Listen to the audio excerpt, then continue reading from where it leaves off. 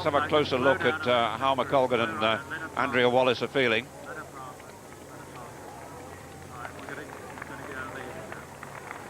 But they're certainly being asked to live with a much faster pace, because there was no doubt at all the injection of pace by Lisa Ondieki has made a big difference.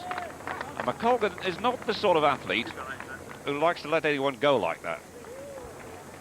Well, you wouldn't. This point in the marathon, she knows how competitive it's going to be, and she wouldn't just by choice let Lisa Ondieki steal those yards. Andrea Wallace just sitting in there behind Liz McColgan, and they're being passed by the wheelchair.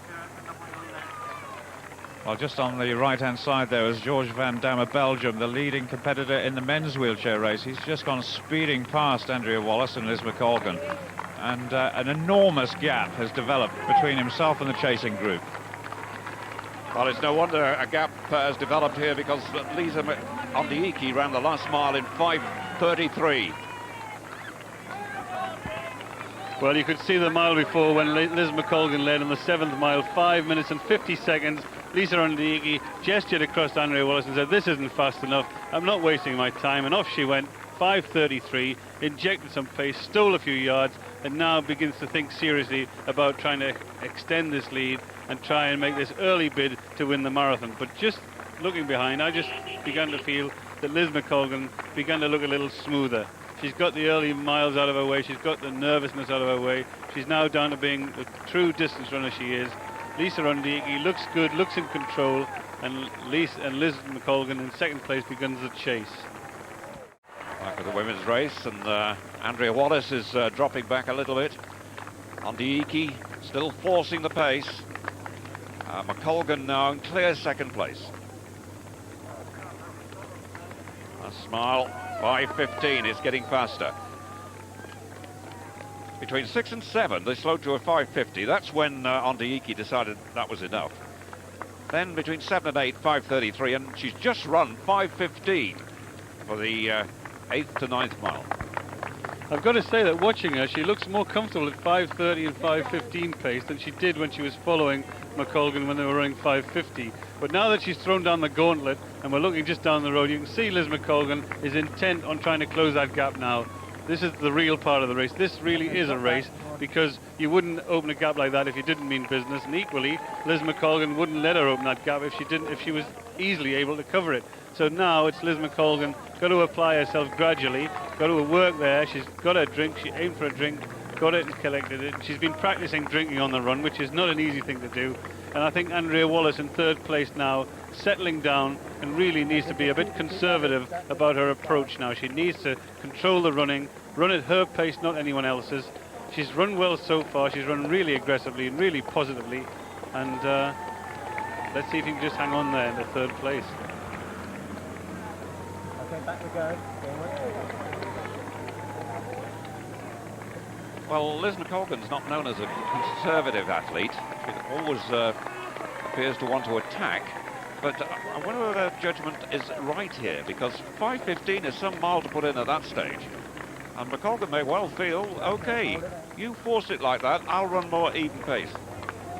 That may be the case, and if you look at the overall time there, then 49:21 minutes for 8 miles means that the overall speed would be about 2 hours 23 and a bit, which is as fast as Lisa Ondieki's run before, but almost 4 minutes faster than Liz McColgan's ever run before. So Liz is running 3.5 minutes faster than she's ever run before. Having said that, she's only run 2 marathons. She's won them both, but she's never been in a position in a marathon like this before. Well, there's a very, very long way to go yet, and so much can happen in the closing stages, as we've seen so often. Actually, looking at Ondieki's record, she's run 17 marathons. She's won 8. Somewhere out on the course will be our husband, the great Kenyan middle distance runner, Yobus Ondieki, the world 5,000 meter champion.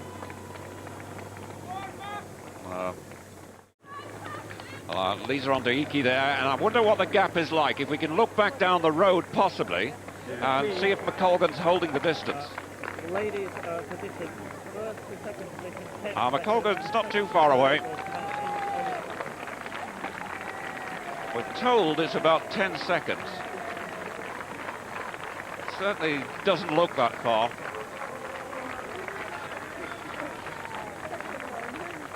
Well, a gap of about 10 seconds there between Lisa Ondigi and Liz McColgan. At this stage of the race, after 10 miles, they're running about 2 hours 24 pace now, and they've settled down at that pace. That fast mile of 5:15 that Lisa Ondigi put in opened up that gap of 10 seconds, and then we're looking for Liz McColgan coming around that corner. We're just checking the time into second place. Liz McColgan is surrounded by the wheelchairs, but there she is, about 10 seconds behind Lisa Ondigi. We just have a quick update on the wheelchair race. Well, these are some of the competitors some way down the field, but we're just waiting really for the leading men's competitor, who we expect to be Georges Van Damme of Belgium, to go over Tower Bridge.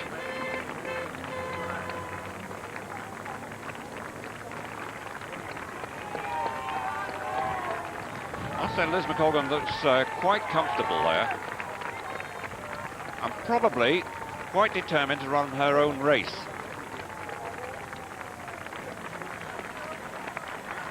Just looking back down the field behind Liz McColgan, Andrea Wallace has lost touch a little bit. Yes, she's dropping, but no. There's Dora, last year's winner, catching her very quickly indeed. Dora so vastly experienced. She's run 24 marathons, won 15 of them. She's ignoring the fast pace in front, and in every sense, running her own race on the clock. Seen her in the background taking repeated glances at the watch.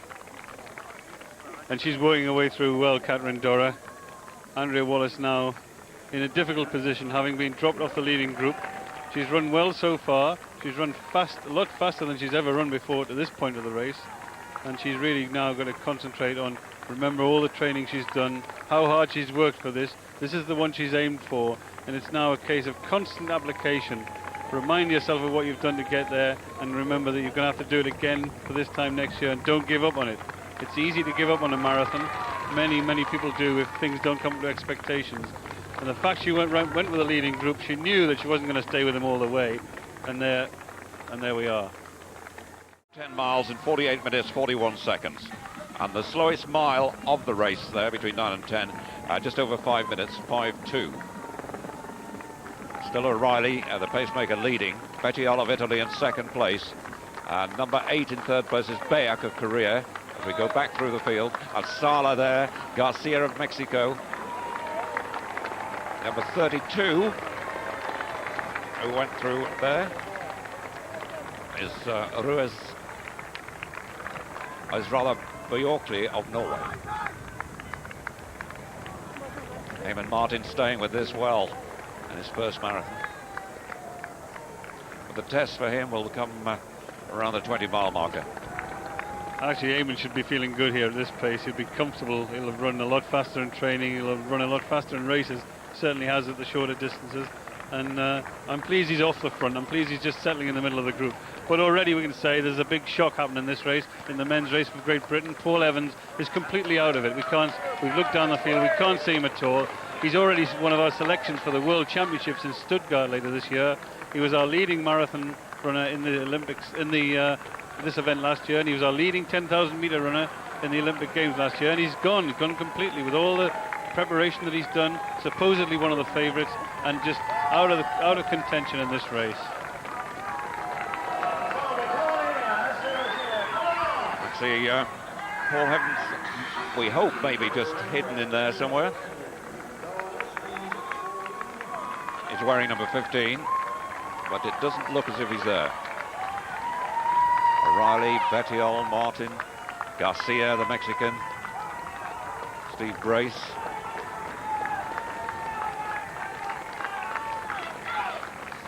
On the outside is Sala.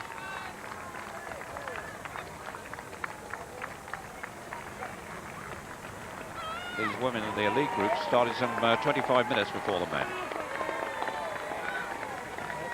32, running the race of his life, is Bjorkli of Norway. Best time previously 2 hours 13. He's way inside that. But it's a good solid piece of pacemaking by O'Reilly.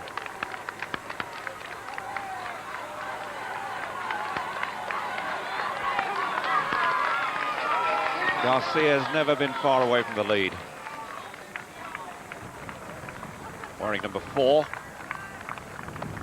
The Mexican, whose last season best time was 2 hours 9 minutes 16 seconds. So he's very useful indeed. He won the Rotterdam Marathon last year.